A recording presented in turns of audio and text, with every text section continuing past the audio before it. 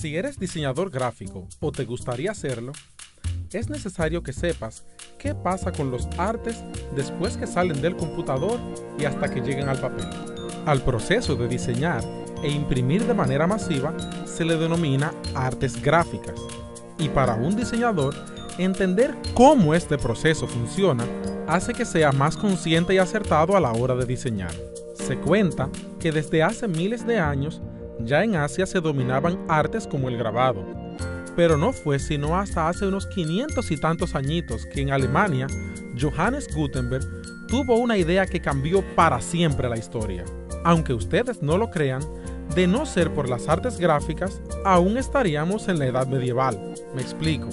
Hasta antes de Gutenberg y su idea de la imprenta con tipos movibles, solo un grupo muy pequeño de personas tenía acceso a los libros. Los libros eran considerados tesoros, y eso es porque cada ejemplar era reproducido a mano, copiado y dibujado por monjes, escribas e ilustradores, de manera que cuántos ejemplares podía haber y cuánto tiempo y esfuerzo tomaba hacer un nuevo ejemplar. En 1450, casi cuando Colón venía para acá, se crearon las tipografías con tipos de madera y plomo que tenían en relieve una letra. La idea fue componer una página completa, juntando estos tipos y luego usar una prensa y tinta para reproducir esta página cuantas veces quisiéramos. Esto popularizó la lectura, abarató el precio de los libros e hizo que los avances en todas las ramas del saber se pudieran compartir fácilmente. Podríamos decir que la imprenta fue para esos tiempos como el internet de la época. El proceso de impresión offset, como lo conocemos hoy, ya no usa los tipos movibles y está compuesto por 4 etapas: diseño gráfico, preprensa, impresión y terminación. Para ilustrar mejor este proceso, vamos a ver cuáles serían las etapas para la realización de un libro de cuentos. Lo primero que se necesita es que un autor escriba el texto del libro y que un corrector revise que no tenga errores ni ortográficos ni de interpretación. Una vez que el texto existe, es hora de diseñar. Un diseñador gráfico especializado en ilustración va a leer el texto y a convertirlo en imágenes donde crea conveniente y donde el autor sugiere también. Estas imágenes pueden ser digitales o manuales. En el caso que sean digitales, pueden ser vectoriales o de mapas de bits. En caso que sean manuales, podrían ser cualquier técnica de ilustración, como acuarela, lápiz de color, aerógrafo, acrílica, solo por citar algunas. Una vez están las gráficas, es hora de componerlas junto con el texto. En este caso podríamos utilizar un programa de diagramación como Adobe InDesign y mezclamos juntos los textos, las imágenes retocadas y los gráficos vectoriales. En esta parte se decide el layout, lo cual significa cuántas columnas va a tener, dónde va el número de páginas, qué tipo de letras va a tener el encabezado y el cuerpo de texto, cómo van a estar dispuestas las imágenes y cuáles paletas de colores se van a utilizar, entre otras cosas. Luego de finalizar la diagramación, es hora de preparar ese arte para la imprenta. A este paso se le llama arte final y consiste en las siguientes cosas: asegurar que el contenido del libro esté dentro de márgenes interiores en el papel, para que ninguna información importante quede expuesta a las garras de la guillotina. Hacer una revisión ortográfica de último minuto para que no se haya escapado ningún error, y convertir las letras de fuente a vector, para que al pasar el documento de una computadora a otra no se altere el diseño original de las tipografías. Por otro lado, debe asegurarse que todos los colores están en formato de impresión, que es CMYK, cian, magenta, amarillo y negro, y no en el formato nativo de los monitores, que es RGB, rojo, verde y azul. Esto incluye textos, fotos y gráficas. Además, se asegura que las imágenes estén en una resolución buena para imprimir. La resolución se expresa con 2 unidades de medidas, una para uso de pantalla y otra para uso impreso. La unidad de pantalla es píxel por pulgada. Eso es cuántos cuadritos con color, uno al lado del otro, caben en una pulgada. Usualmente se le llama PPI, Pixel per Inch en inglés. La unidad que expresa la calidad de imagen en la imprenta es líneas o puntos por pulgada. Esto, a diferencia de los de pantalla, son círculos en vez de cuadros, y también se les llama trama o halftones en inglés, y sus siglas son LPI, Line per Inch, o PPP, punto por pulgada en español. Según el papel en que se va a imprimir, se necesita más o menos puntos de trama. Para papel periódico, por ejemplo, se necesita entre 65 y 85 LPI o líneas por pulgada. Para un papel sin brillo, se necesitaría entre 100 y 133 LPI. Y para un papel con brillo se necesitaría entre 133 y 170 LPI según Wikipedia. Para saber cuántos píxeles por pulgada debemos poner a nuestras imágenes en la computadora, solo debemos multiplicar por 2 los LPI que vamos a utilizar según el papel que se supone irá en nuestro libro de cuentos. Vamos a suponer que lo vamos a imprimir a máxima calidad en un papel sin brillo, como el clásico Bond Pente. Entonces sería 133 LPI. Multiplicado por 2 sería 266 PPI en la computadora. Fácil, ¿verdad? Mucha gente, por ignorancia, le pone a las imágenes 500, 800 o más PPI sin saber que la pantalla solo puede mostrar 72 y que la impresión de alta calidad, como para una revista, llega a 170 líneas por pulgada, lo cual sería 340 píxeles por pulgada en la computadora. ¿Qué está logrando entonces?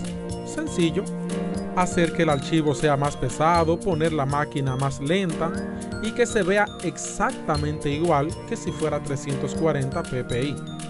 Otros, en cambio, están en el otro extremo. Bajan de internet una imagen a 72 ppi y esperan que se vea como si fuera mucho mayor. Bárbaro. Otra cosa que debe tomarse en cuenta es el overprint. No vamos a ampliar mucho sobre esto, pero solo imagínense un punto negro impreso en un fondo cian. En la pantalla se ve así, pero puede que termine impreso así, ya que los colores suelen no encajar 100% perfectos una vez impresos.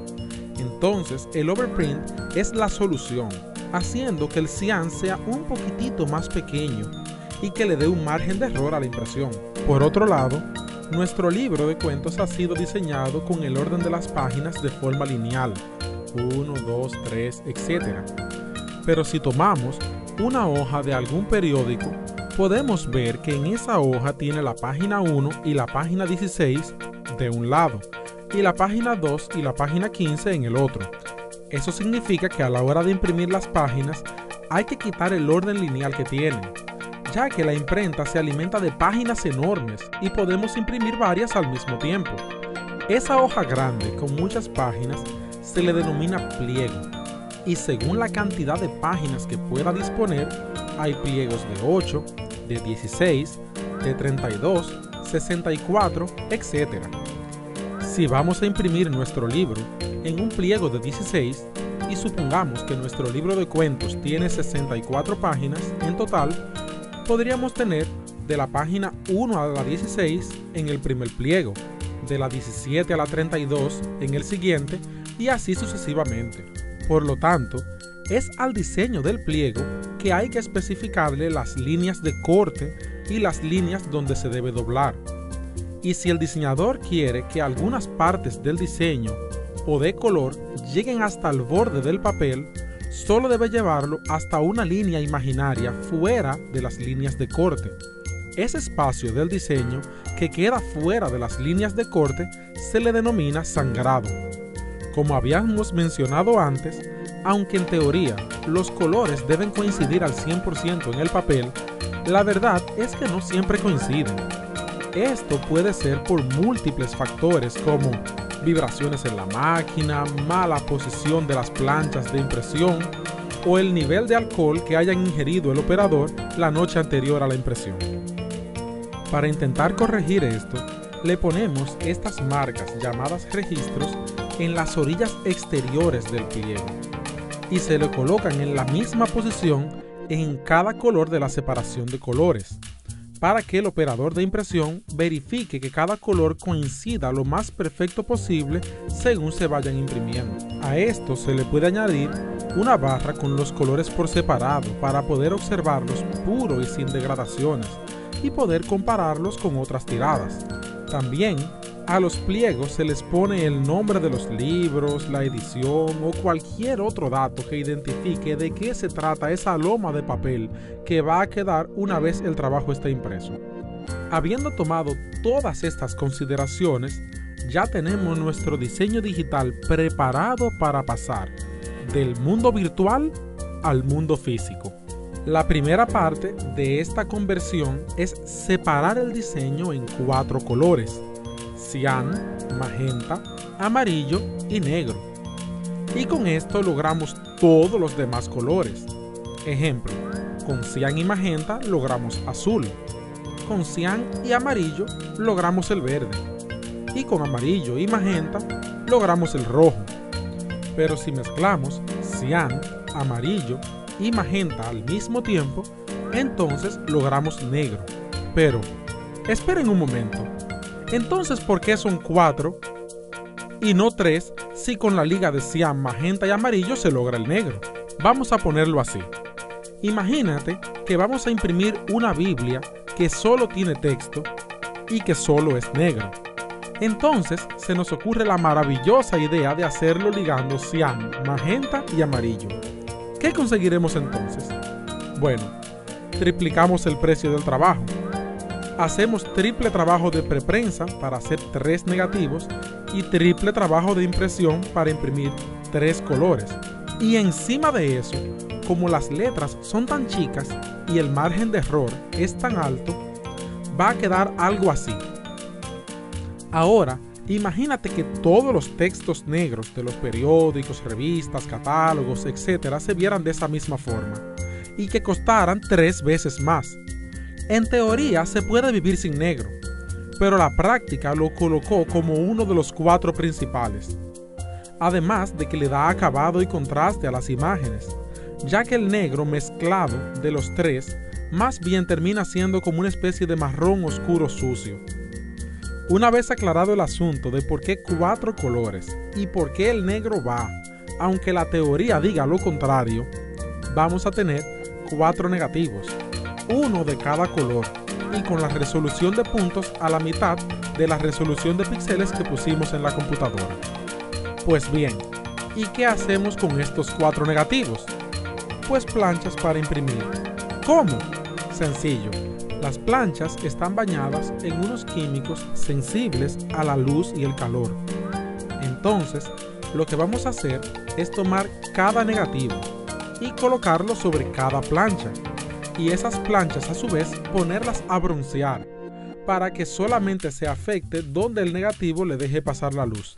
Y con esto tendremos 4 planchas, una de cada color para imprimir un color a la vez sobre nuestro pliego de papel. Este proceso funciona de la siguiente forma. La parte que se quemó de la plancha queda grasosa, pero el resto no. Entonces, unos rolos mojan con agua toda la plancha en la máquina de impresión. Pero como el agua y la grasa no se mezclan, donde la plancha se quemó queda seca. Entonces la máquina moja de nuevo la plancha, pero ahora con tinta del color que se va a imprimir. Pero la tinta es en base a grasa y no se pega en la parte de la plancha que está mojada, solo se pega en la parte afectada por el negativo. Entonces, el papel pasa por la plancha y la tinta se pega al papel para obtener nuestro primer color. Este proceso se repite con cada color por separado, revisando siempre entre color y color que las marcas de registro coincidan una encima de la otra y que los colores están quedando puros y limpios.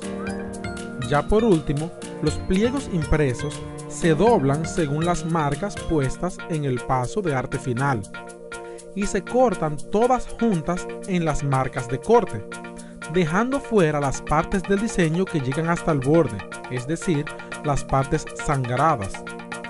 Y el contenido queda protegido del corte gracias a que el diseñador tuvo el cuidado de dejar un espacio razonable y prudente de margen entre el diseño y el borde del papel. Luego los folios, doblados y cortados, son pegados o cosidos y se le pega la portada y contraportada. ¡Y voilà! Ya nuestro libro de cuentos está listo para ir a la tienda. Así que la próxima vez que pases las páginas de un libro de cuentos, sabrás que no fue cuento todo lo que se hizo para que él sea una realidad.